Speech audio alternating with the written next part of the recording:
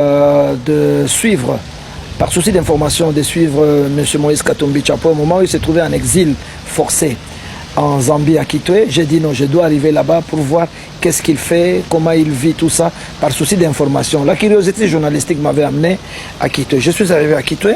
En quelle année? En 2001. Ça doit faire plus ou moins 12 ans, maintenant 13 ans. Je suis arrivé, j'ai rencontré le président Moïse Katumbi Tshapwe que j'avais connu avant, au moment où il dirigeait Maison Katebe Katoto. Parce que son grand frère lui avait c'était des équipes-là, Raphaël Katebe Katoto.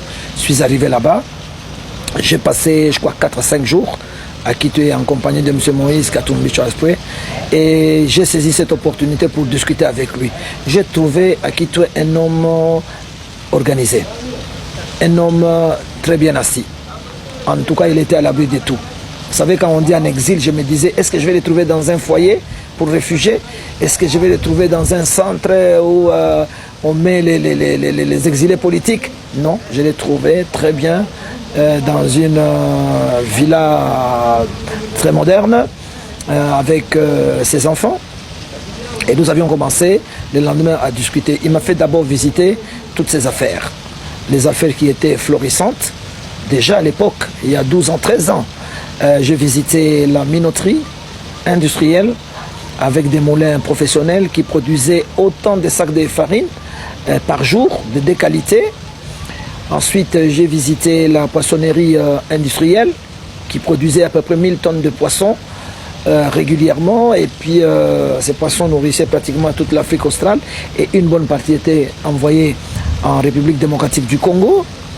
J'ai eu la chance également de visiter les mines, ces mines, et l'usine d'extraction qu'on appelait l'émeraude.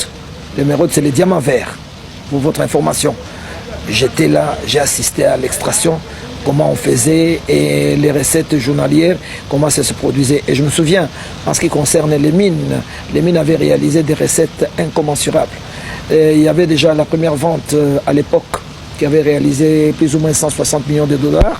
La deuxième vente, c'était 180. Mais il y avait la première vente, la grande vente, qui avait battu le record avec 380 millions à l'époque. Et il avait son jet privé, déjà à l'époque. Hein, donc il n'a pas eu l'avion maintenant quand il est dans Mazembe, non, bien avant. D'abord, il a dit, priorité, il faut absolument que je réhabilite le stade Mwanké. Il a dit, je le réhabilite, sinon je vais le reconstruire. Et après, il a dit que dans mes objectifs, Mazembe doit devenir l'un des grands clubs en Afrique, sinon les plus grands.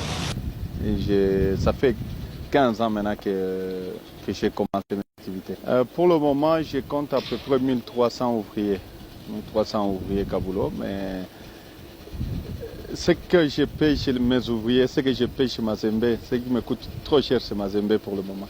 Vous savez, c'est très difficile de diriger Mazembe si on n'a pas le moyen. Donc on essaye de se débrouiller, vous aviez vu vous-même. Oui, nous exportons aussi chez nous au pays, nous faisons aussi les filets que nous exportons en Europe. Donc ça ne nourrit pas que le continent africain, ça nourrit aussi le continent européen.